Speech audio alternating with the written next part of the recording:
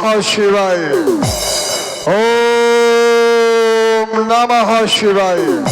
त्र्यंबकम यजामहे सुगंधानि पुष्टिवर्धनम उर्वारुकमिव बंधनात् मृत्योर्मुक्षीय मामृतात्। जय जय जय जय शिव अगहर, जय इलापति, जय उमापति, जय जय जय अविसंगधारा, अविषधारा, भुजंगधारा। जय जय जय कैलाशवासी अगहर। जय इलापति, जय उमापति, जय जय जय जय विषधारा, जय भुजंगधारा, जय भुजंगधारा। जय जय जय शिव अग अज हर। भूत भवन भोलेनाथ, आपकी आराधना में निमग्न आकस्मिक मेरे हृदय का अकारण ही ध्यान का भंग होना, अकस्मात इस हृदय का आकर्षण अन्यत्र कहीं और हो जाना, अर्घा के आवरण का अंत, आकाश के आनंद में अरुण की अरुणांजिका अरुणांजित हो रही थी। यह समस्त जनमानस प्रसूनों से पल्लवित पुष्प पुष्पांजलि अर्पित कर रहे थे। कितना सुहावना समय था। एक और उषा अपने यो सुनहरे तीरों को बरसाती हुई यो मानो और लक्ष्मी की भांति सुशोभित हो रही थी। यह दूसरी ओर यह प्रकृति अपनी किल्लोलियों के साथ यह किल्लोल करता हुआ ऐसे स्वच्छ सुंदर समय के संसर्ग में मानव आज आयुष प्रकृति का कण कण हंस रहा था। तत्क्षण सुनाई देने वाली मेरे कर्णरंध्रों में यह प्रतिध्वनि, कौन कह रहा सावधान, कौन कह रहा सावधान। ये सावधान करने वाला कौन? मेरे कर्णरंध्रों में बार बार सावधान की प्रतिध्वनि, ये मुझे कौन बार बार सावधान कर रहा है? कौन सावधान करने वाला सावधान? मेरे मन मानस की बगिया में ये खिले हुए आराधना के पुष्प इस बारिश के हृदय के उपवन को सुगंधित कर रहे थे। आकस्मिक किसी ने आकर के इस राग में आग लगाई, किसने आग लगाई, किसने आग लगाई। ये धाए धाए चलता है उपवन, ये कलियां पिकल, ये सुमन है उन्मन। क्यों इस मधुर मंडली में छाया क्रंदन, क्यों घोर हताशा छाई, या किसने आग लगाई। ये मानव मानव को खाता है, ये जग भी जलता जाता है, फिर मानवता शर्माई। ये किसने आग लगाई। ये दिग दिगंत क्यों फलक उठे। क्या क्या क्या आदित्यों में संग्राम हुआ, या फिर उन षड्यंत्री आदित्यों ने कोई नया षड्यंत्र रच दिया। ज्ञात कराओ भोले महेश, इस वसुंधरा में किस प्रबल वीर ने जन्म लिया। ओम नमः शिवाय। ज्ञात हो गया मिथिलांतर्गत महाराज ध्वज के द्वारा किया जाने वाला सीता का स्वयंवर। सीता सीता शब्द जैसे ही मुख में आता है तो हृदय में श्रद्धा भाव जागृत हो जाता है। सीता कौन? सीता मोक्ष लक्ष्मी सीता, वैभव लक्ष्मी सीता, विजय लक्ष्मी सीता। सीता कोई साधारण कन्या नहीं है। आदि शक्ति जही जग उपजाया, सो अवतरी मोर और यह माया। उस आदि शक्ति जगत जननी जगत पराम्बा जगदम्बा का मिथिलांतर्गत स्वयंवर, उस आदि शक्ति का वर्ण मिथिला के अंतर्गत, क्या आदि शक्ति का वर्ण करने का सामर्थ्य इस धरातल के सहज मानव में है? नहीं। आदि शक्ति का यदि कोई वर्ण करने वाला है तो वह है केवल परब्रह्म परमात्मा। तो क्या मिथिला के अंदर परब्रह्म परमात्मा का साक्षात्कार होने जा रहा है? क्योंकि आदि शक्ति का वर्ण उस परब्रह्म परमात्मा के अतिरिक्त कोई नहीं कर सकता। क्या मिथिला में क्या उस परब्रह्म परमात्मा का अवतार लेकर के मिथिला की ओर आगमन हो चुका है या होने जा रहा है? साधुवाद सिरध्वज, तुम्हारे द्वारा किया गया यह कार्य सराहनीय है, जो तुमने अपने और जीते जी मिथिला में उस परब्रह्म परमात्मा को बुला लिया। परंतु मैं ये क्या देख रहा हूं, ये सजे हुए विमान किधर जा रहे हैं? ये राक्षसों का समूह। ऐसा तो नहीं कि ये मिथिला की ओर ही जा रहे हो, क्योंकि देखत यज्ञ निशाचर धावई करही उपद्रव मुनि दुख पावई। ये उपद्रव करने के लिए मिथिला तो नहीं जा रहे हैं, और यदि ऐसा कर रहे हैं तो फिर सावधान हो जाओ। मेरे मिथिला पहुंचने के पहले यदि तुमने कोई अनुचित कृत्य कर डाले तो आज पड़ेंगे। जानकी तेरे लाले सावधान, मैं भी मिथिला आ रहा हूं। एक बार सभी लोग जोर से जय घोष करें, बोले शंकर भगवान की जय।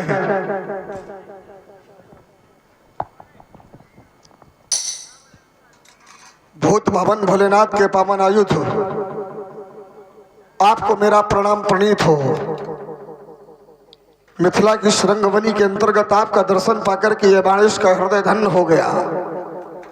उपस्थित समस्त देश देशांतर से पधारे हुए राजा महाराजा नृपालो महिपालो, मेरी बात को ध्यान से सुन लो।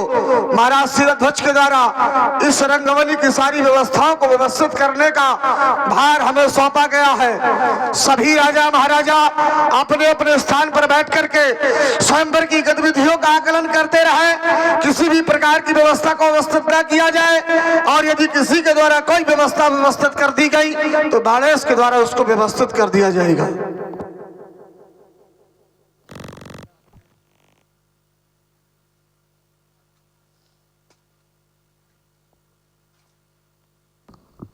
बहुत अच्छा। निर्माण जनक के द्वारा इस निर्माण को देखकर लंका की छटा फीकी लग रही है। ओह, इधर देख रहा हूं बल वेदिका पर भूतनाथ के पान पिनाक स्थापित हैं। हे भूतनाथ के पान पिनाक, दशग्रीव आपको प्रणाम कर रहा है।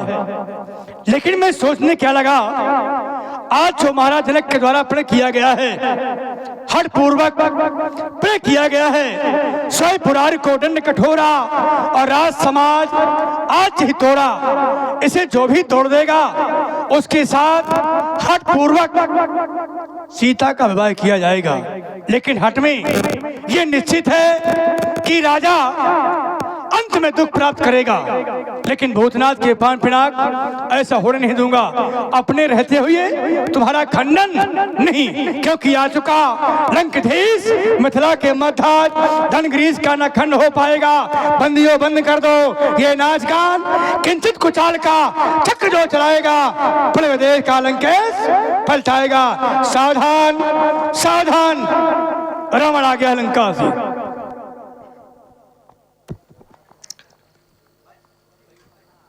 इस व्यवस्थित सभा को व्यवस्थित करने का प्रयास किया गया। कहीं ऐसा तो नहीं हो गया कि जिस बात का हमें भय था उसका आगमन इस रंगवनी के अंतर्गत हो गया हो। चल करके मिलना होगा। वो लंका के स्वामी दशानन दशग्रीव, विश्व के वैभवशाली सम्राट, कंचन नगरी के ईश, मैया कह कसी के दुलारे, विश्व सर्वानंदन, जय जय श्री शंकर भगवान की। आओ आओ बलपुत्र बालिंद, जय श्री शंकर भगवान की। कहो, कुछ हृदय को उद्गार है क्या? बिल्कुल, कि मिलने की इच्छा भर थी। आपने एक बात यहाँ पर कही, बताइए। आपने कहा कि राजा के द्वारा हठ पूर्वक यह कार्य किया गया, और हठ अच्छी नहीं होती है। हठ करने वाला व्यक्ति बाद में दुख पाता है। आपके द्वारा यह बात रखी गई कि हठ करने वाला व्यक्ति बाद में दुख पाता है। लेकिन महाशय, ये आपकी गलत बात को मैं पूर्णतः नहीं मानता हूं कि हठ करने वाला व्यक्ति बाद में दुख पाता है। जैसे ये जरूरी ही नहीं कि हठ करने वाला व्यक्ति दुख पावे। अरे हठ करने वाला व्यक्ति सुख भी पाता है, और हठ करने वालों को सुख भी मिला है। जैसे जैसे नया चिंतन है आज का बढ़िया। जैसे उत्तान महाराज उत्तानपाद के पुत्र ध्रुव, जिनके द्वारा हठ की गई। हठ क्यों की गई?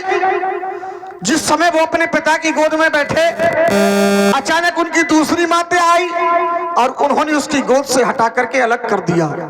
मन में एक दृढ़ संकल्प कर लिया, हठ कर ली वहां पर कि मैं इससे भी अच्छे और उच्च स्थान को पाकर के रहूंगा।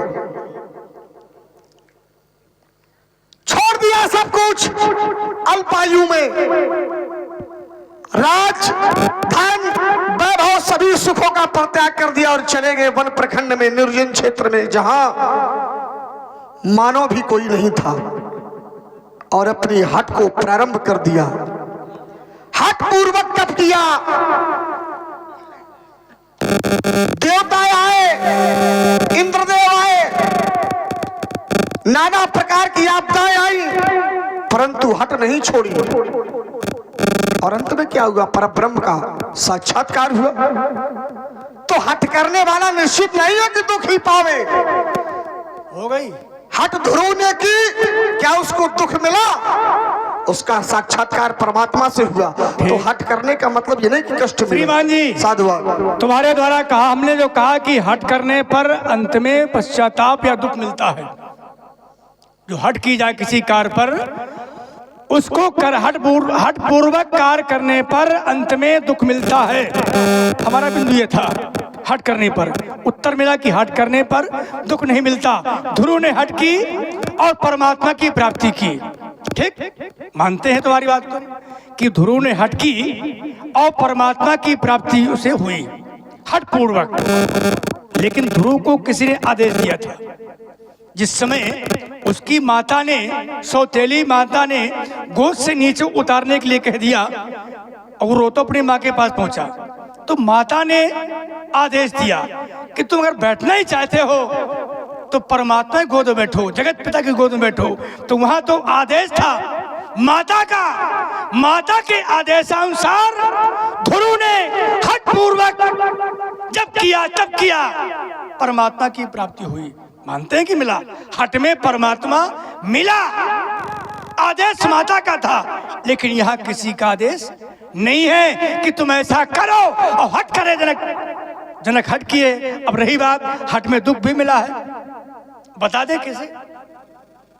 हठ करने पर दुख भी मिला है, ऐसा नहीं है। ऋषि गालो और राजा नहुस, इन दोनों को दुख मिला है। ऋषि गालो एक प्रकार से भगवान शिव के पुत्र भी हैं और शिष्य भी हैं। ठीक, लेकिन इसने कहा कि मैं तुम्हें दान देना चाहता हूं, गुरुदक्षिणा। ऋषि गालो ने कहा, तो शंकर भगवान मना किया कि नहीं। वो शंकर, क्षमा करें, शंकर नहीं, विश्वामित्र के पुत्र भी हैं और शिष्य भी हैं। तो उन्होंने कहा नहीं, मैं तुमसे गुरुदक्षिणा कुछ नहीं चाहता। लेकिन नहीं मानी, हट किया, तो अंत में कष्ट मिला। गालो ऋषि को भी और राजा नहुस को भी कष्ट मिला हट करने पर। और तुम और ध्यान दे भाई, आप हैं लोकेश ददरी, उनकी तरफ से ये दोनों विद्वानों कलाकारों के 10-10 रुपये भेंट करते हैं। बहुत बहुत धन्यवाद। फिर हट भी की गई, तो हट पर कुछ ना कुछ विचार करना चाहिए। जैसे पार्वती नटकी थी, ये अपने किया गया है कि बरों को सोई पुराण को दंड कठोरा और राज समाज आज ही तोरा। इसे जो भी तोड़ देगा उसके साथ विवाह किया जाएगा, है? और अगर ना ऐसा हुआ तो फिर एक देवी ने हट की थी, बरो शंभु न तो रहा कुमारी, वहाँ थी बात भाई, हट तो भी थी कि बरो शंभु, या तो शंभु के साथ विवाह होगा और न तो रहा कुमारी। हट पूरी हुई है, हट पूरी हुई, पर यहाँ ऐसा कुछ नहीं कि अगर धनुष ना टूटा तो फिर क्या किया जाएगा श्रीमान जी, क्या है कुछ इसमें? बात आपकी ये थी कि यहाँ राजा ने हट पूर्वक प्रण किया। साउंड सर्विस भी आज हट की है कि हम सीटी मार करके ही हटे रहेंगे। में तो होगा आज, हटे हटे। यहाँ पर आपकी बात ये थी कि यहाँ पर राजा शिरध्वज ने हट पूर्वक प्रण किया है। वही हट की बात पर मैंने आपके सामने एक विचार रखा कि हट ध्रुव की आपने भी बताया कि और गालब के द्वारा हट की गई। अब आइए हट की ही चर्चा होती है तो हट की चर्चा पर आ जाइए। आपके कहने का तात्पर्य कि हट करने से व्यक्ति को हानि होती है, हट करने से व्यक्ति को कष्ट मिलता है, और मैं कहता हूं कि हट करने से व्यक्ति को कष्ट नहीं मिलता है।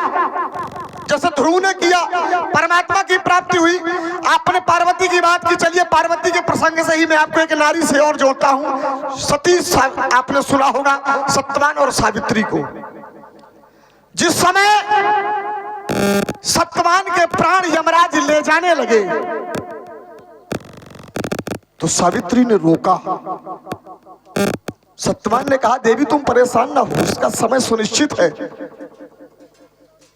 तो सावित्री ने कहा कि तुम यदि मेरे पति के प्राण ले जा रहे हो तो फिर मैं इस संसार में किसके सहारे जीऊंगी, मुझको भी साथ में ले चलो। तो यमराज ने कहा अभी तुम्हारा समय नहीं है और सशरीर यमलोक तुम जा नहीं सकती।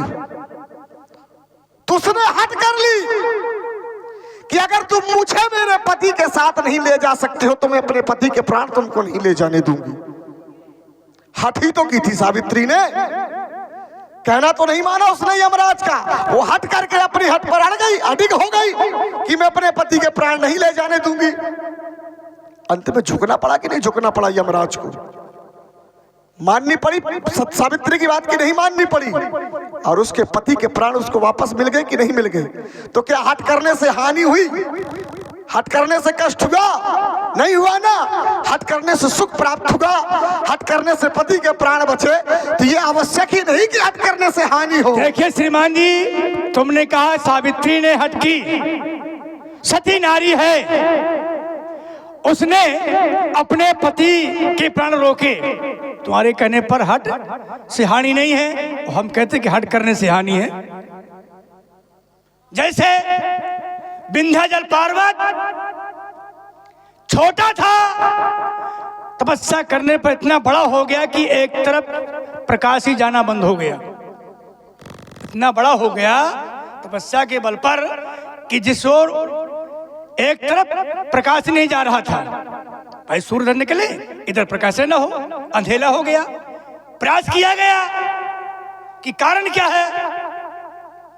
जब देखा गया, चिंतन ढूंढा गया, तो निकले उसमें विंध्याचल पर्वत। तो सबने कहा कि भैया झुक जाइए। कहा नहीं, मैं झुकूंगा नहीं, मैंने तपस्या की है, तपोबल से अपना तन बढ़ाया है। हटकी हटकी सभी देवता सब लोग हार गए कहकर, लेकिन नहीं माने, हट में लगे रहे। उनके गुरुदेव आए, बोले ऐसा करो, कुछ क्षण के लिए झुक जाइए, कुछ क्षण के लिए झुक जाइए, फिर हम लौट के आते हैं तो पूर्ण हो जाना।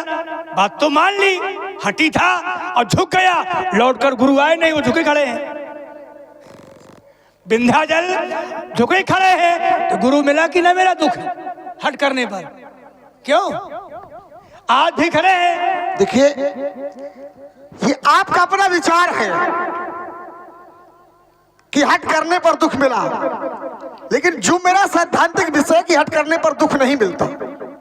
आपने बड़ी सुंदर परखी लगाई यहाँ पर। आपने कहा कि विंध्याचल पर्वत बढ़ते बढ़ते इतने बढ़ गए कि सूर्य का प्रकाश अवरुद्ध हो गया। गुरुदेव ने कहा जब तक मैं लौट करके ना आऊं तब तुम झुके रहना। बड़ी सुंदर बात कही आपने। चलिए एक और हट की बात मैं आपके सामने रखता हूं। एक बालक और था जिसने हट की, नाना प्रकार के कष्ट दिए गए उसे, लेकिन उसने अपनी हट नहीं छोड़ी। हमारे पूर्वज प्रहलाद जी, उन्होंने हट कर ली श्री हरि के लिए। उनको गुरुकुल में नाना प्रकार से प्रताड़ित किया गया, शिक्षा भी विपरीत दी गई, परिस्थितियां भी सारी प्रतिकूल कर दी गई, लेकिन उन्होंने हट नहीं छोड़ी उन्होंने हट। नाना प्रकार की यातनाएं भोगी, समुद्र में फेंका गया, सर्पों के बीच में डाला गया, यहां तक कि अग्नि में जलवाया गया, लेकिन बाल बाका हुआ नहीं हुआ। और अंत में परमात्मा के दर्शन हुए। स्वयं परमात्मा उसकी रक्षा के लिए आए, परमात्मा ने स्वयं उनको दर्शन दिए।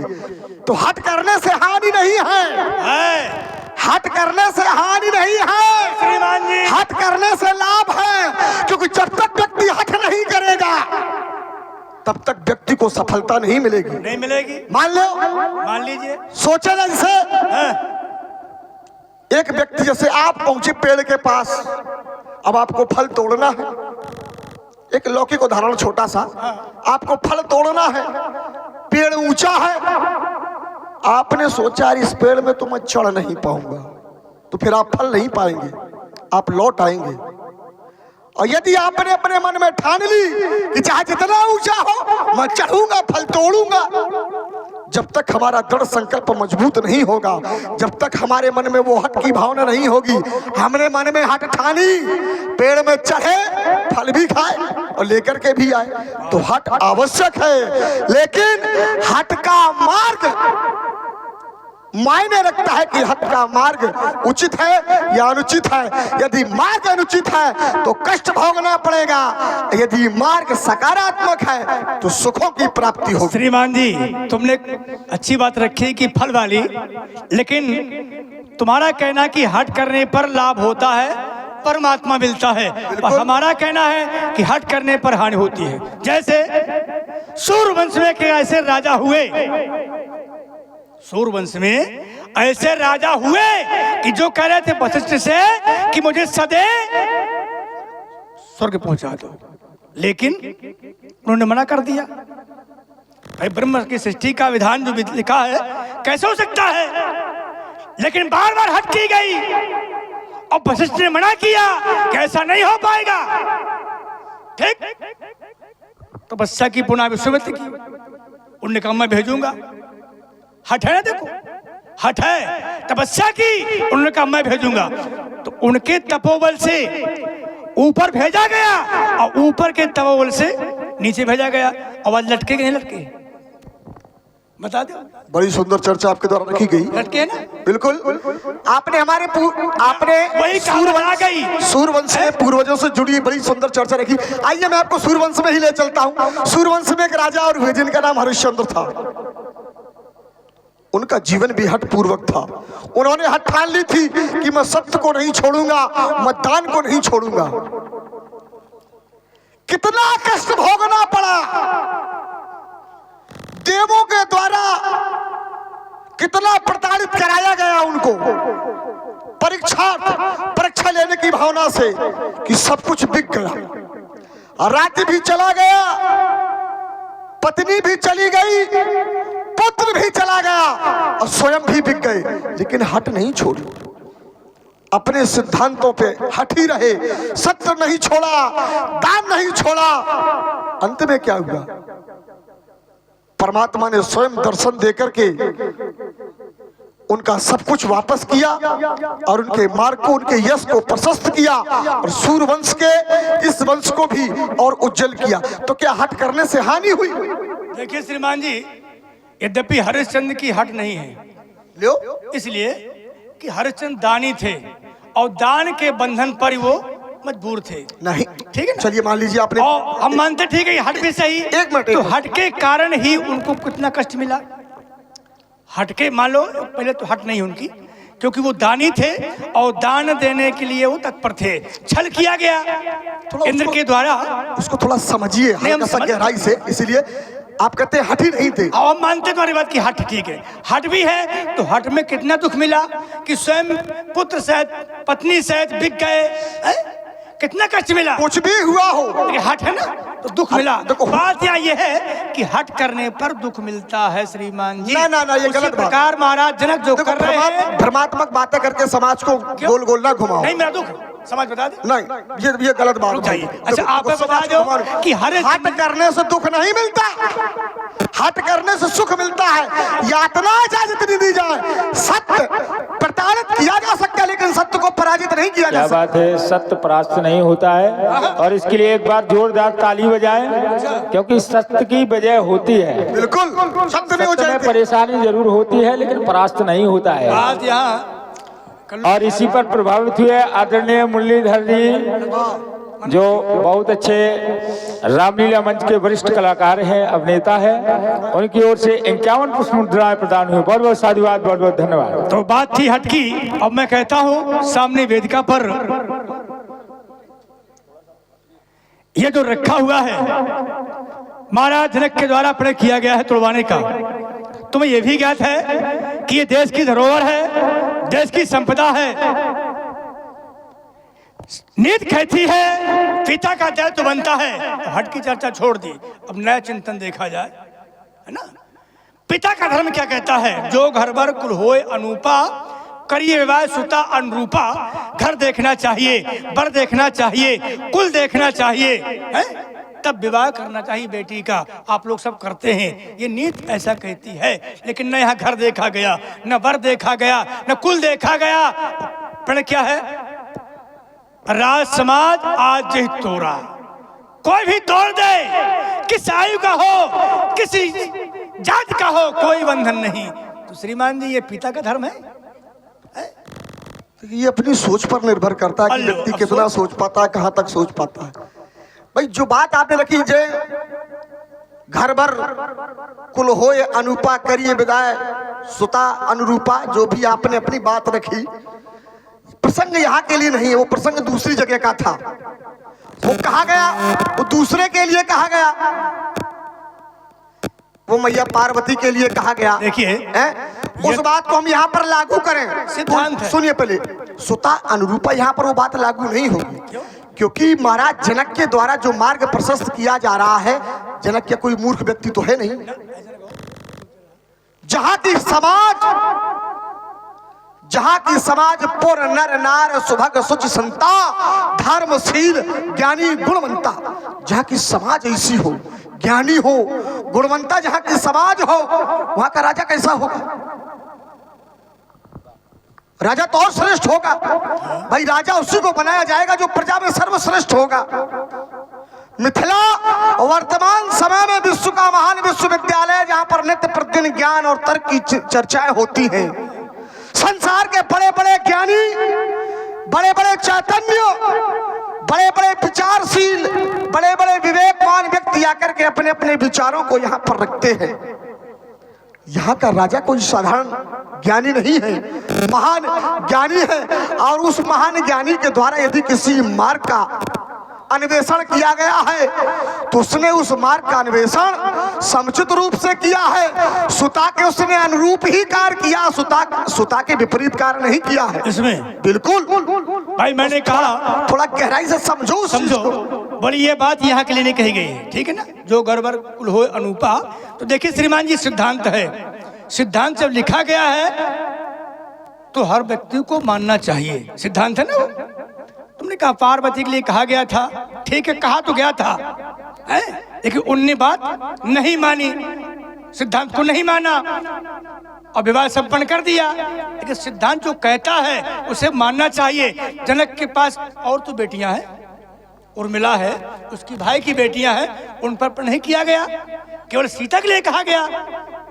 अब बोले जनक के यहाँ कौन सा पाप का काम हो रहा है? यहाँ की मिथिला ज्ञान की नगरी है, सब ज्ञानी हैं। लेकिन श्रीमान जी इसमें भी एक बात आई है ना। चलिए आपकी जो ये चर्चा थी, जो घर भर कुल होए अनुपा, एक विवाह और हुआ, विश्वकर्मा जी की पुत्री संज्ञा, जिसका विवाह सूर्यदेव के साथ किया गया। बात प्रण की नहीं, केवल स्वतः अनुरूपा और कुल की बात कर रहा हूं मैं। हर पिता यह चाहता है कि मेरी पुत्री के लिए उत्तम कुल प्राप्त हो। तो क्या सूर्य से उत्तम कोई कुल हो सकता था? नहीं हो सकता था। विश्वकर्मा जी ने यही उत्तम सोच करके सूर्य के साथ में संज्ञा का विवाह किया। क्या वो विवाह सफल रहा? क्या संज्ञा को कष्ट नहीं मिला? क्या संज्ञा ने कष्ट नहीं भोगा? तो ये आवश्यक ही नहीं। व्यक्ति वर्तमान देखता, भविष्य किसी का नहीं देखता। तो इसमें भविष्य क्या दिखाई दे रहा है? भाई विश्वकर्मा ने शादी की, सूर्य के साथ संज्ञा की, अपना धर्म निभाया, जो पिता का धर्म होता है उसका पालन किया, अच्छे कुल में विवाह किया। अब अंत में नसीब में क्या लिखा वो स्वयं हो गए। क्यों भाई? पिता ने तो अपना धर्म अच्छा किया, जो पिता का धर्म बनता है, अच्छे कुल में विवाह किया। अब नसीब में क्या लिखा है? वो तो जिसके लिखा वही भोगेगा। तो श्रीमान जी, तो देखो, जो नसीब में लिखा होगा वही मिलेगा, क्योंकि समय से पहले और भाग्य से ज्यादा ना किसी को मिला है ना मिलेगा। और जो यहाँ होना होगा वो होगा। ना हम हाथ लगा लेंगे, ना तुम हाथ लगा लोगे, ना ये हाथ लगा लेंगे। इसीलिए एक काम करो, ये टूटेगा नहीं। ये टूटेगा ना, ना, ये मैं कह रहा हूं कि टूटेगा नहीं। टूटेगा नहीं, टूटेगा। तो आवे तोड़ने वाला फिर। तो तुम परेशान ना हो, तुम बैठो, देखो अभी टूटता है थोड़ी देर। तुम्हें यही तो ज्ञात नहीं गणेश कि रावण किसी का इंतजार नहीं करता, किसी प्रतीक्षा नहीं करता। अब नहीं धनुष खंडन होगा, अब नहीं धनुष खंडन होगा। ये सुधनुआ खंडन करने वाले का ये सुसु को अर्पण होगा। अब नहीं धनुष खंडन होगा। ये चमचम चमकेगी चपल धार, बालों का पोषण होगा। अब नए धनुष खंडन होगा। तो फिर मेरी बात को भी सुन लीजिए। ये आज धनुष कर्षण होगा, आज धनुष कर्षण होगा। प्रतिरोध किया और यदि तुमने तो फिर मंबाड़ों का वर्षण होगा। ये आज धनुष कर्षण होगा। और इस प्रकार से और व्योम तक ये धूल धरा धूसरित हो जाएगी। ये रक्त प्रवाहित, रक्त रंजित, ये मही मुंड से परिपूरित हो जाएगी। आज तुम्हारे अरमानों का आज यहाँ हर्षण होगा। आज धनुष कर्षण नहीं होगा, होगा नहीं, धनुष खंडन होगा। क्योंकि मैं किंकर हूँ, भयंकर का निर्भीक खड़ा पर चलता हूँ। आगे कोई सामने तो फिर मैं आग उड़ता हूँ। अमर हूँ, विचित्र नहीं किसी से डरता हूँ। मैं किंकर हूँ, भयंकर का निर्भीक खड़ा पर चलता हूँ। ये जय विजय हमारा, जय विजय हमारा सिंहासन प्रतुंडी दलदलने वाला। मैं किंकर हूँ, बेलंकर का निर्भीक धरा पर चलने वाला। कर चुका कई बार, एक बार नहीं बेटा, कई बार, बार बार, कई बार, बार बार, लगातार। लेकिन किया क्या? कुछ नहीं, कुछ नहीं किया ना असत किया हो, कुछ नहीं किया। अरे कुछ किया नहीं, और ना कुछ कर पाओगे। देखो फिर, सुनो फिर, दिखाओ। कर चुका कई बार सिंगार। कैसे? भगवान शिव का निसरोज करी उतारी, पूजा अमित पार्थ पुरारी। मैंने अपने शीशों को काट काट कर भगवान शिव को एक बार नहीं अनेकों बार पूजा है। इसलिए सुनो, हमें तुम्हें ना पूछिए, विक्रम बात अखंड तनक यहू को लखाए। कौन वीर बरवन ने एक दिखाओ, धनुआ चढ़ाओ। अच्छा,